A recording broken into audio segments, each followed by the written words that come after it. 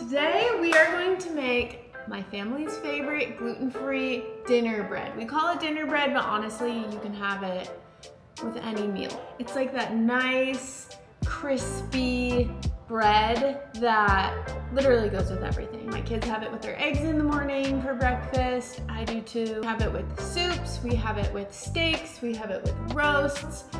It literally goes with everything. And it's gluten-free, and it's dairy-free, and it's egg-free. So literally, it's good. It's really good, okay? First and foremost, if you are new to gluten-free baking, you need to get yourself a digital scale. Typical baking, you're using all-purpose or whole wheat or whatever. But with gluten-free baking, you're using kind of a mixture of different flours, which is what makes it taste like real bread. Let me get my recipe card and we can make this bread together. First things first, I do a psyllium husk gel. Number one, great fiber for you. Number two, that's what makes the gluten-free bread, what's the word? Pliable? I don't know. You can use your hands. You can like really get into it. So we're going to make our psyllium husk gel on your kitchen scale, zero it out. I'm making 2 loaves tonight. I was asked to bring bread to our family dinner, so that's what I'm doing. I will leave the recipe down below and it's just for 1, but I'm doubling. So that's why all my measurements are gonna look like way more than reality. And this one is whole psyllium husks, not psyllium husks powder, just FYI. So we've got our psyllium husks, whole psyllium husks in the jar. Now we're gonna add water. Got my other ingredients out, and again, we're doubling, so we're going for 720 grams of water. So we zero out the scale, and then we pour the water in.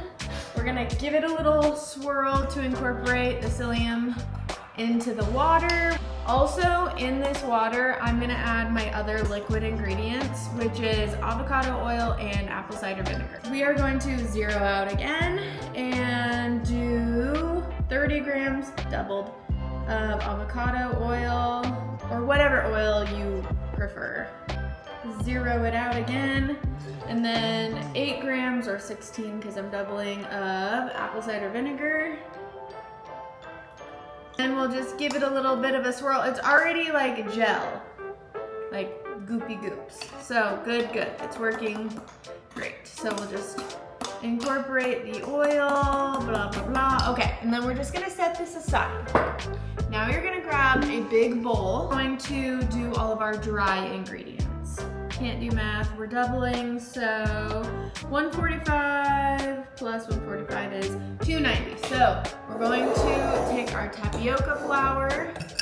I buy my flours in bulk on Amazon. Probably could get it cheaper by going through Azure or something else. I don't know, I've never done that. If you've done it, let me know. But, okay, so tapioca flour. Actually, I'm gonna need to refill this right now.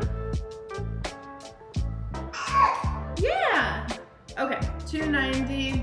Next up, white rice flour, and it's the same, so 290 also, so clear that out. Close enough. If it's not like exactly 290, it's like 294, no big deal. Don't worry too much about that. Okay, so next, sorghum. Okay, check. Next, we're gonna do sugar. You would do 15 grams normally, so I'm doing 30. Done. Salt, 16 grams. Next is yeast. So I think most recipes call for instant. I don't really know if it matters or not. I know active yeast, you're supposed to activate it like with warm water or whatever in a separate container, and it like froths and foams and then you put it in. I don't do that. So take it as you will, but I'm putting active yeast in here. So that is all the dry ingredients. Now we're going to mix. Now, I'm gonna just quickly put stuff away because it's like just overwhelming to me. It does rise in the oven. Have a cooking sheet with a piece of parchment paper on top. That's where we'll put the bread.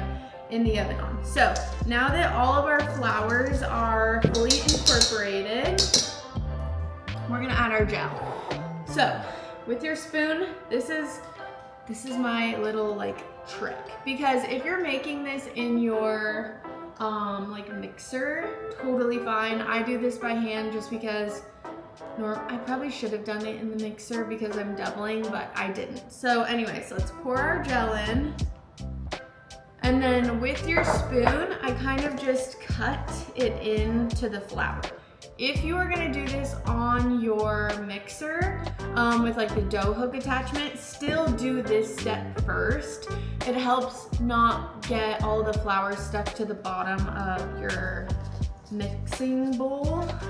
And you're gonna be like, there's no way that's ever gonna come together. I promise you it will. So you just kind of like keep stirring the gel into the flour. Keep going, keep going, keep going. And again, this is probably where having it on an actual stand mixer with the dough hook attachment would be a lot faster.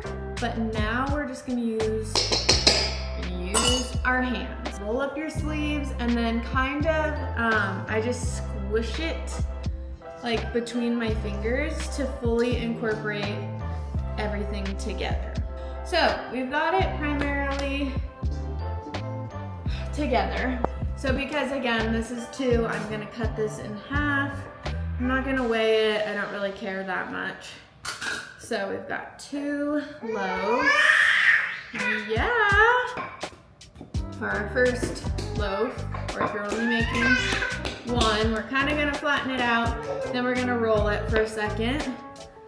So just evenly roll it. Again, this is not, it doesn't have to be perfect.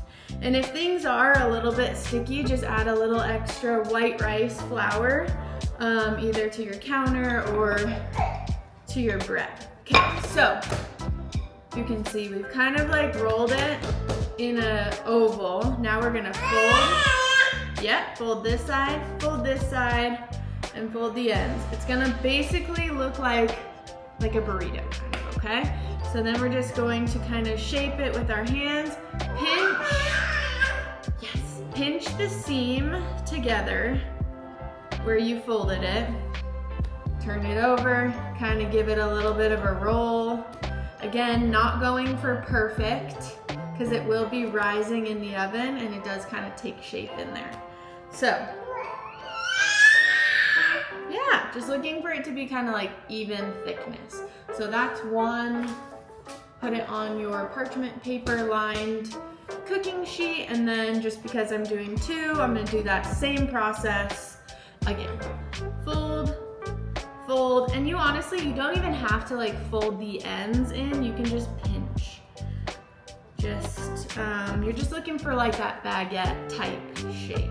Important with gluten-free dough is it needs to stay kind of moist. Once it dries out, it's game over. I use just plastic wrap and I just drape it over the bread. Nothing fancy, just to keep it kind of moist in there. You can add a like kitchen towel over the top as an insulator if you want, or not. And then I stick it in the oven. I just turn mine on like the lowest setting on warm for 45 minutes. Our bread has been rising in the oven. I preheated the oven to 425. So, okay. It has definitely risen. So, next up, we are going to cut little slits in the bread.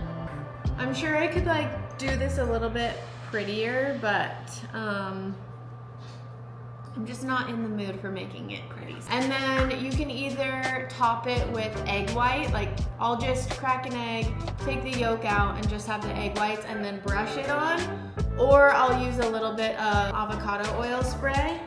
With the cost of eggs right now, I'm just gonna use avocado oil. So, did that really fast. I'm just gonna kind of like brush it on there really good. So next trick is to fill like a little cooking sheet with some ice. So we're gonna put both of these in the oven initially for 15 minutes, and then I'm gonna take the ice out and let the bread cook for 35 more minutes. So that's what we're doing right now. Bread goes in, ice goes in. We're trying to create almost kind of like some steam in the oven. So now I'm gonna set my timer for 15 minutes. 15-minute timer just went off, so we are going to take our ice out of the oven. Let your oven de-steam. Okay, 35 more minutes. Go. Bread is done and out of the oven. It will look burnt, but I promise you it is not. So I usually take it off of the cooking sheet and I set it on one of these racks. And we let it cool for like 30-ish minutes or so, and then when you cut into it, it's not gummy on the inside, but it is delicious. So enjoy.